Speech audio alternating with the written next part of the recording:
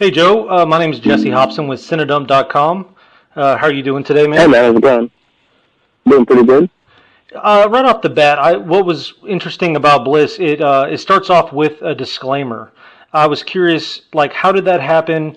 Was that required? Was that something you were forced into doing? We weren't forced into doing it, but I always like having text to start the movie and kind of prepare the audience for what you're about to see.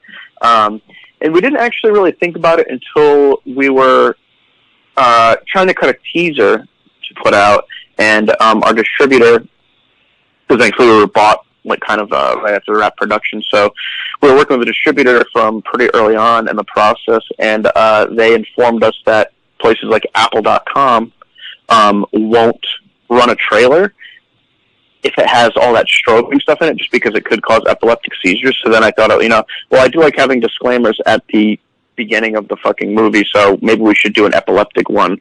That way we don't get sued.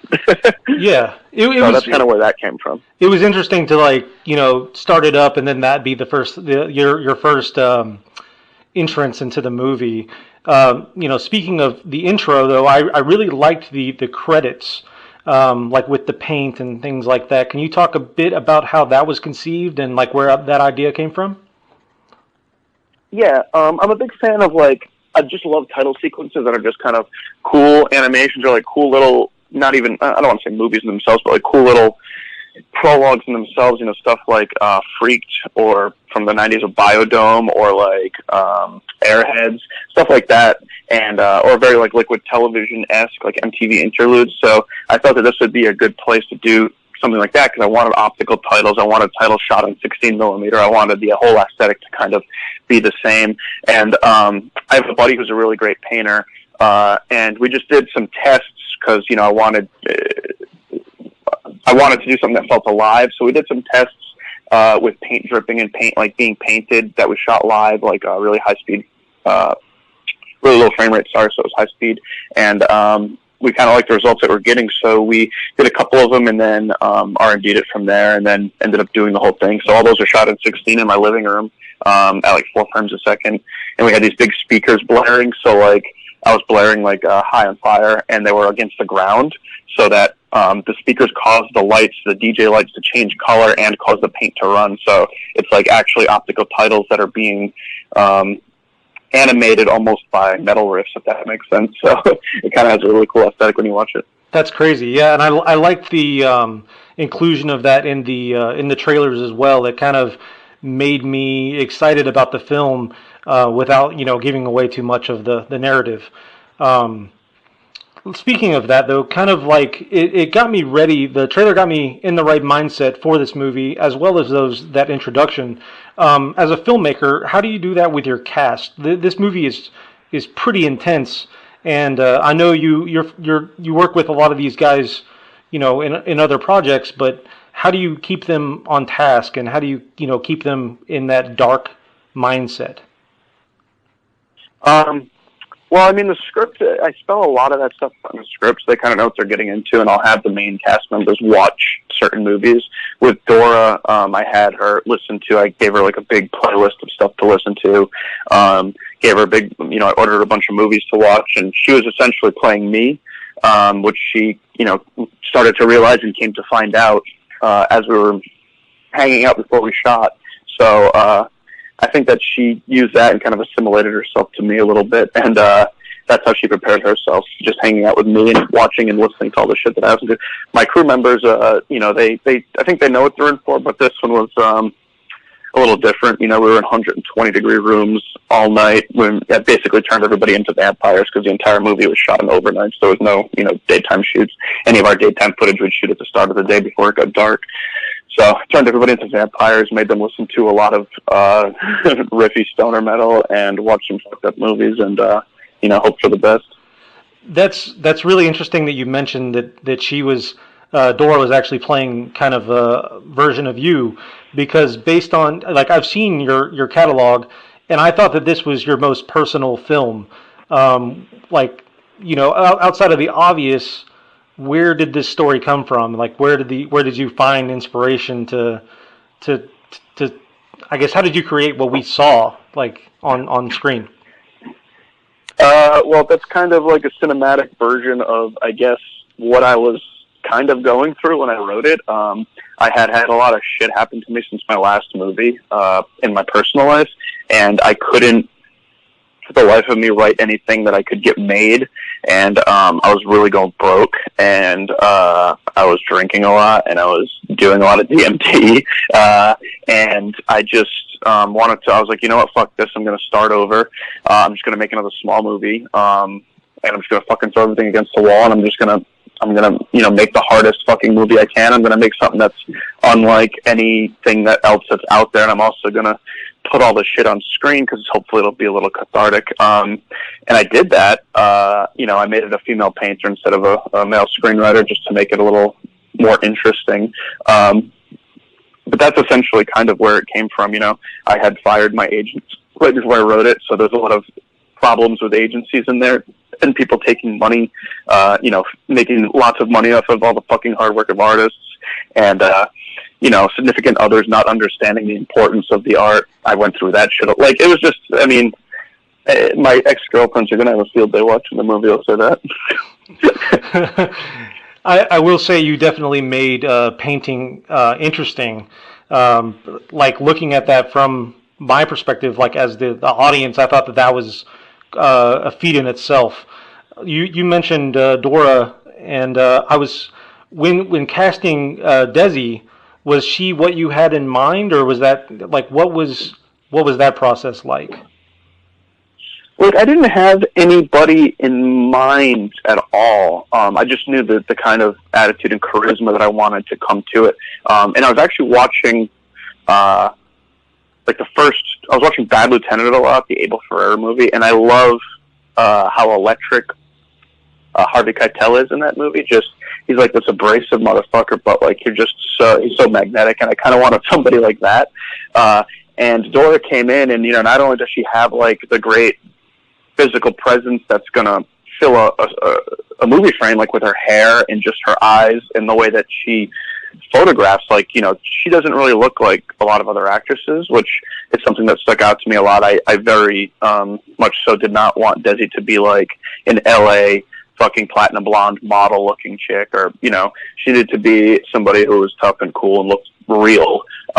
So right when I saw her, I was like, oh wow, she got a great look. And then she started doing the agency scene in her audition, and she was like improvising certain things, and stuff that she was improvising was literally phrases and insults that I've only heard myself say, to the point my producing partner was like, are you fucking kidding me? So I met with her, and she was just 100% down to do everything we were going to do, and she was kind of in a similar position where she wanted to scrub what her previous persona was in a way, because she had just come up some like more wholesome network shows, like an NBC show and shit like that. So she kind of wanted to redirect what she was known for, if that makes any sense. So we were kind of both in this situation where we really didn't give a fuck. We were just going to put it all on screen, and it was a nice collaboration to be able to play off each other with that and kind of have that same drive putting us towards, our end goal.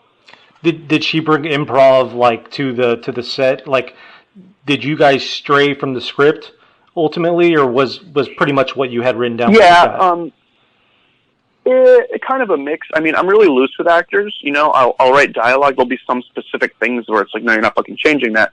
But then there's other scenes where I like them to get in there, especially as the actors get to know each other and they get to be in their characters. Like, we go in, and if I always, it's always like, here's the end point, here's the beat we need to hit, and here's what we need to end on.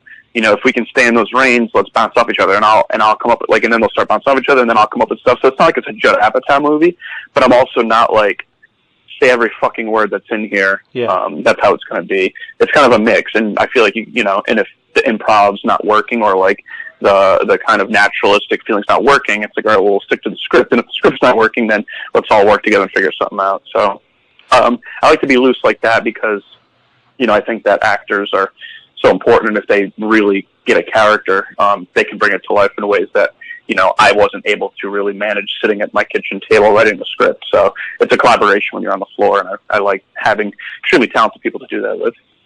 Yeah, I definitely felt that. It was probably one of my favorite things was how organic the film felt. Like, it didn't seem like a chore to get from scene to scene, just because Dora was playing the role like so casually. It just worked ultimately for me. I also wanted to mention your crew, like Josh and Graham, like these guys, like they kind of are, a staple, like a Joe Begos staple. What do these guys bring to the table, and why, why do you keep them around? You know what I'm saying?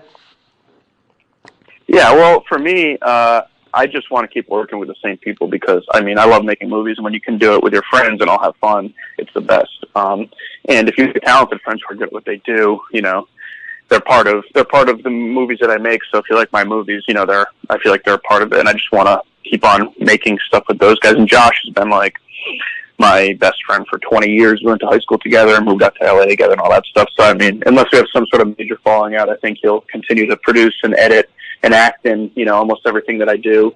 And Graham's the same way. I mean, Graham's one of my oldest friends in LA, and I just love collaborating with him. And, even if I can't find him a lead role in something, I'll try to bring him on in a producerial capacity or write him a smaller role. I mean, my favorite thing is coming up with ridiculous facial hair and costume situations for him, which I think he looks fucking rad as hell, and I'm pissed off that he shaved his mutton chops from Bliss.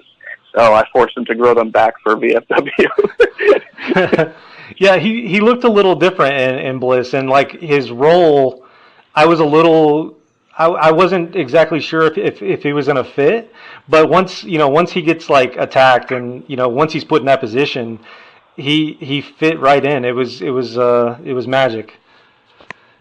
Yeah, he fits that role really well. I think he did a great job. Your films tend to be pretty well received with horror fans, and I know you kind of have jumped from genre to genre within that genre. Is there an added pressure to keep delivering these solid stories? Well, I think that there's a pressure to keep making things that are interesting and stand out in this environment that we're in, where a lot of movies just look the same. A lot of people are fucking offended by everything. I think that you just got to try and not think about any of that stuff and make whatever's truest to you. And that's something that I found with Bliss. Like my first couple movies, definitely more homage based. And then with Bliss, it's like, fuck everybody. I just want to make something that's super hard, something that's going to get like people talking, whether it's good or bad. And, just something that what's something that I would be drawn to in every aspect I wouldn't be drawn to because it's like something else, if that makes sense. It's not like, oh, let me make a movie like John Carpenter movies because that's what I want to see. Instead, it's like, let me make a movie that's fucking got metal and it's about this and it looks like this and it feels like this and this is what people are going to fucking feel. So I've kind of evolved into wanting to make movies like that, where it's like you just got to not think about anything else, not think about that pressure. Just the biggest pressure for me is like, I just want to top what I did last time, because as an artist, if I don't, I'm going to feel shitty. Yeah. So the pressure's mostly on me.